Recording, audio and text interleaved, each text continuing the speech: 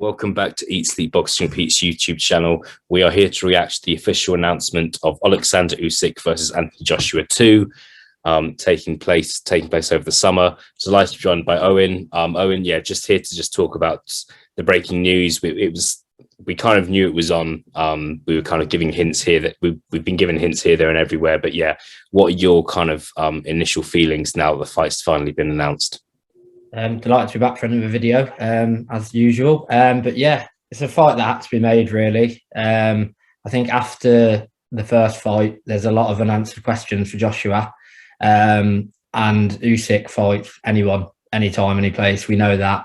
He goes to everyone's backyard. So yeah, with the unanswered questions, Fury's retirement, what's Wilder doing? It's a case of, for the top boys and the top dogs, it's the only fight that had to be made, really. Yeah, absolutely.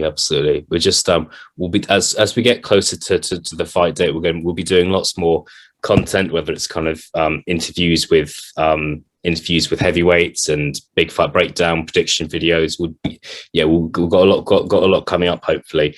But I know it's early days and I know predictions can change, but based on what you saw in the first fight and what you've seen in Anthony Joshua's career so far, what chances do you give of him pulling off the rematch?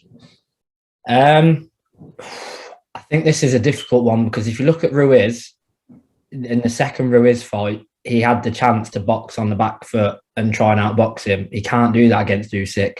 So he's got to go back to the Dylan White Joshua.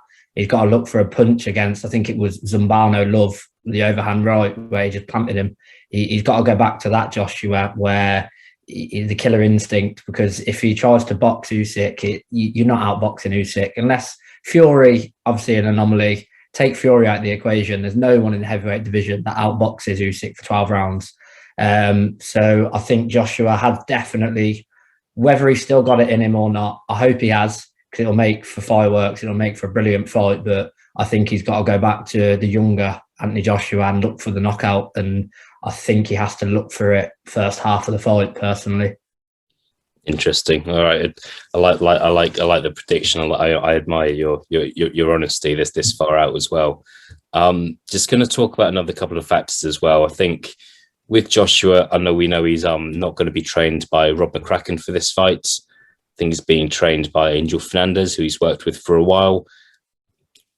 How do you feel about him going straight back into the rematch with having someone as his head trainer who has never been his head trainer before? Obviously, we know he's worked with him, we know they know each other, but they're just not they don't have that chemistry that AJ had with Rob McCracken. How do you feel about how the fight could go, knowing that Joshua and Angel Fernandez haven't been that close with each other before? I was a bit torn at first, but I think McCracken and Joshua, obviously, they've worked together since the amateurs. So they've got that great chemistry and that great bond that a lot of fighters and trainers won't have. At first, I thought maybe freshening up is the right choice for him.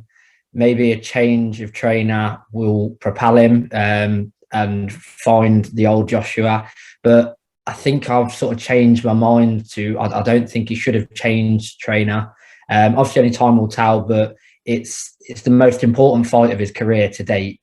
And I'll argue with anyone till I'm blue in the face on that. But I think if he loses this, we will be looking at it as a case of where does he go in terms of, he's been beat by Ruiz, he avenged that loss. If he gets beat in similar fashion, he's been beat comfortably twice by someone who was a cruiserweight and has come up to heavyweight, taken a load of the belts. But if he beats him for the second time, I don't know about yourself, but I do see it as where does he go from here? What is the drawing board and what do they do? But overall, I wouldn't have changed trainer. Yeah, good. No, interesting stuff. Interesting if this is going to be AJ's long-term trainer, if he continues to fight on regardless of the results or not. And just what happens in the fight if he's kind of has a bad start to the fight. What does the trainer say to him? What's the corner work going to be like in this fight? Obviously, the corner work received some negativity after the first fight. A lot of people saying there were too many voices. It'll be interesting to see what that's like. Final question from me, Owen. I think A lot of people are kind of talking about Anthony Joshua now, which I understand. Obviously, he's a massive name. But one question I've got for you is, what more can Alexander Usyk do in the rematch? How good was he in that first fight? Was it kind of an amazing 10 out of 10 performance? Do you think he can go up another level? What more do you think Usyk can do to deal with what AJ is going to do? Because I think we know Joshua's not going to come out and do exactly the same thing. Like, the tactics and the game plan the first fight weren't great, and they have to be changed. So yeah, what kind of just swifting the focus to Usyk? What does Usyk need to do you think? I do think it's a very good question because obviously he's had minimal fights at heavyweight, and it was a brilliant performance against a huge puncher, who AJ, to be fair to him, had shown can box as well. So I do think it probably was. I'd probably say maybe a 9 out of 10 performance. I think the value was the 10 out of 10 performance. Figured him out, outboxed him, and stopped him. That's the ideal performance. I think he's got to prepare for a completely different fighter.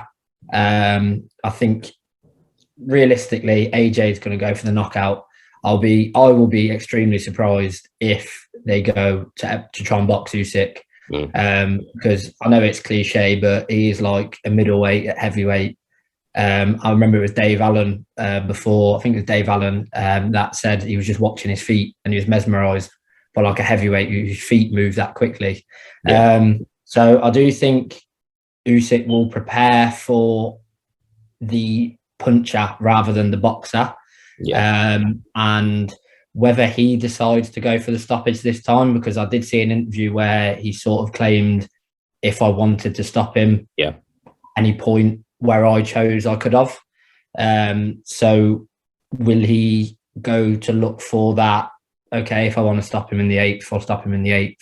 If I stop it in the 10th, I'll stop it in the 10th. That remains to be seen, but I definitely think he has to prepare for a puncher rather than a boxer. I think Joshua's not necessarily going to run at him like a steam train. I think it'll be quite a tentative start again, but then I do think Joshua's going to come out firing. And I think that's what Usyk's got to prepare for. And if you're preparing for that, you do need a 10 out of 10 performance. All it takes is one slip of the guard, one drop your guard, leaving your chin high, and it's lights out. So definitely think he has to prepare for the puncher. And we obviously what's happening in Ukraine, obviously when he went out, as part of it, I think he's got to leave that behind as well. There will be questions, is that going to linger and will that affect him? But definitely prepare for the puncher. Yeah, another talking point. I'm sure we could talk all evening about the reaction to the news, but yeah, we've got a couple of months to go. We've got a couple of months to change our predictions, digest the fight a bit more, talk about weight and game plans and what's next for the winner, what happens to the loser, that sort of thing. But yeah, we will be here all evening, so we will stop there. Owen, thank you for your time. Been great to digest the news with you. And yeah, we will speak again soon. But yeah, thanks very much for your time, mate. Nice one, mate. Thank you.